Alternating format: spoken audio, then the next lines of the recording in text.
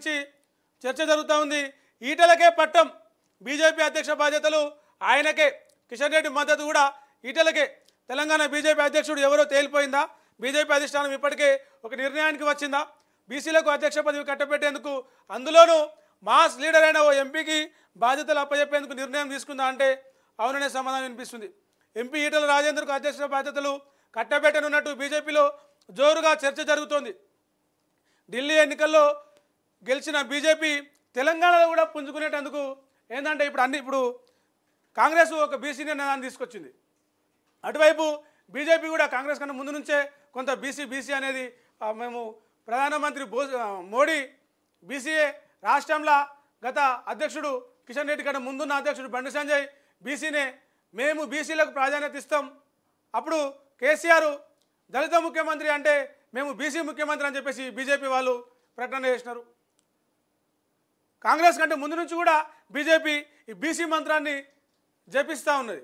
అందులో భాగంగానే ఇప్పుడు రాష్ట్రంలో కాదు దేశంలో మొత్తం కూడా ఈ బీసీలు, ఈ బహుజన సామాజిక వర్గాలు కొంత ఐక్యమవుతున్న అవి చూస్తున్నాం మనం. అందుకే తెలంగాణలో కూడా ఇప్పుడు మొన్న ఢిల్లీలో గెలిచిరు, హర్యానాలో గెలిచిరు. తెలంగాణలో కూడా ఎట్లా పట్టు పెంచుకోవాలని చూస్తే ఇక్కడ ఉన్న బీసీ జనాభానే అధికం. గౌడ్లు కావచ్చు, ముదిరాజులు కావచ్చు, యాదవులు కావచ్చు, వీళ్ళంతా కూడా ఇతర ఓసీ జనాభా కంటే బీసీ జనాభానే ఎక్కువ ఉంటుంది. వీళ్ళందరినీ క్యాడర్గా మలుచుకోవాలంటే ప్రజల ఆకర్షణని, దాన్ని ఏమంటారు, వాళ్ళ ఇంట్రెస్ట్ని ఓట్లుగా మలుచుకోవాలంటే ఒక బీసీ లీడర్ను, అందులో మాస్ లీడర్ను జనాల్లోకి పంపిస్తే బాగుంటుందనే ఆలోచనలో బీజేపీ చేస్తూ ఉన్నది. గతంలో బండి సంజయ్కి బాధ్యతలు అప్పగించినప్పుడు కూడా అదే వర్కౌట్ అయింది బీజేపీకి. అదే వర్కౌట్ అయ్యి అసెంబ్లీ ఎన్నికలలో 8 ఎమ్మెల్యేలను గెలిపించింది, 8 మంది పార్లమెంట్లో 8 మంది ఎంపీలను గెలిపించింది పార్లమెంట్ ఎన్నికలలో. ఇప్పుడు కూడా రేపు స్థానిక సంస్థలలో కూడా బీజేపీ ఒక దుమ్ము దులుపుతుండడంలో సందేహం లేదు. ఎందుకంటే బీఆర్ఎస్ కంటే కూడా కొంత స్పీడ్గా బీజేపీ పోతూ ఉన్నది. గ్రౌండ్లో పని చేసుకుంటూ క్యాడర్ని ఉత్సాహం చేసుకుంటూ పోతూ ఉన్నది.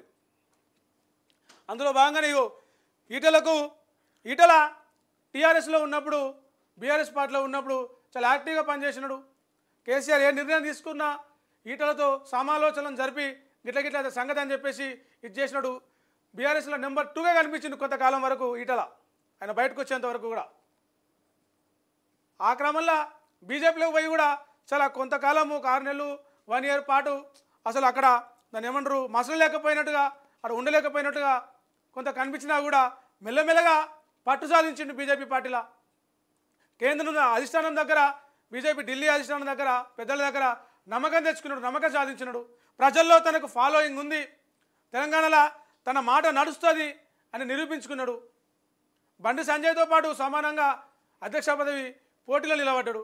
అందుకే బీజేపీ కేంద్ర అధిష్టానం కూడా ఈటలకే మొత్తం మొగ్గు చూపినట్టు తెలుస్తుంది మనకి. ప్రస్తుత అధ్యక్షుడు కిషన్ రెడ్డి కూడా ఈటలకే సపోర్ట్ చేసి ఆయన త్వరలో ఆయన పేరే బీజేపీ రాష్ట్ర చీఫ్గా ప్రకటించే అవకాశాలు కూడా ఉన్నాయి. ఇక చూసుకుంటే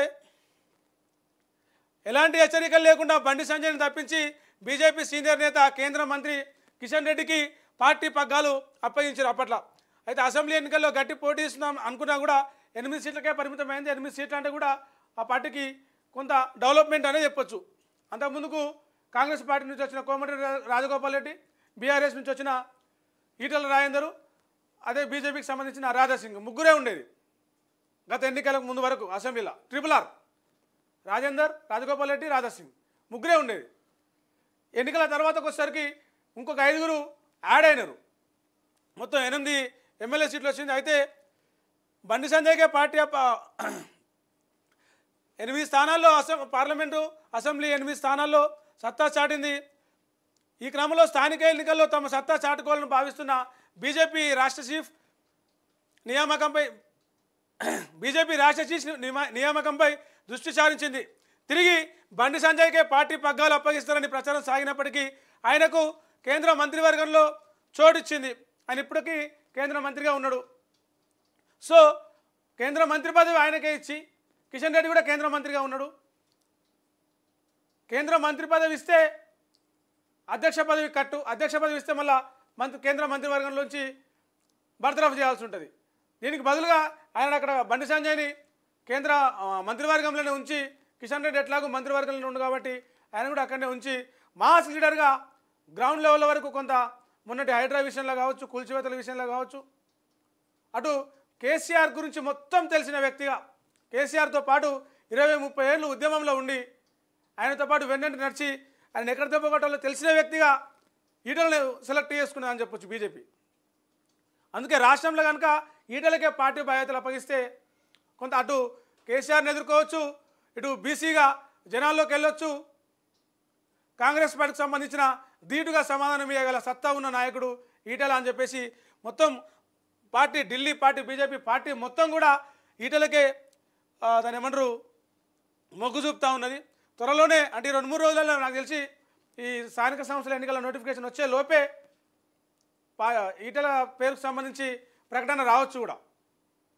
ఎందుకంటే ఈ జిల్లా అధ్యక్షులు అవుతుంది, ఇంకా కొంతమంది జిల్లాలో మిగిలిపోయింది కదా, అవి ప్రకటించి అందరి సమక్షంలో ఈటల పేరును అనౌన్స్ చేసే అవకాశం ఉంది.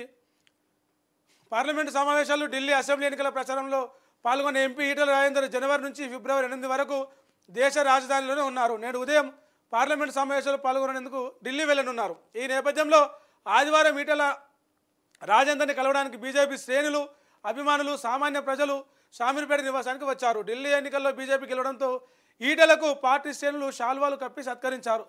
దాదాపు 1000 మందికి పైగా రావడంతో ఈటల ఇల్లు కిటకిటలాడింది. అంటే ఎందుకు వస్తారు అంతగానో వాళ్ళకి సమాచారం ఉంటుంది, గ్రౌండ్ లెవెల్ ఏదో ఒక రకమైన లీక్ ఉంటుంది. ఈటలకే పార్టీ బాధ్యతలు అప్పగించబోతున్నారు. అందుకే అటు పార్టీ నాయకులు కావచ్చు, కొంతమంది ప్రజలు కావచ్చు, అభిమానులు కావచ్చు, ఆయన వెంట నడిచేందుకు సిద్ధంగా ఉన్న కొంతమంది మాస్ ఫాలోవర్లు కావచ్చు ఈటల ఇంటికి పోయారట. ఈటల ఇంటికి వెళ్ళి ఆయనను అభినందించినారు. ఇక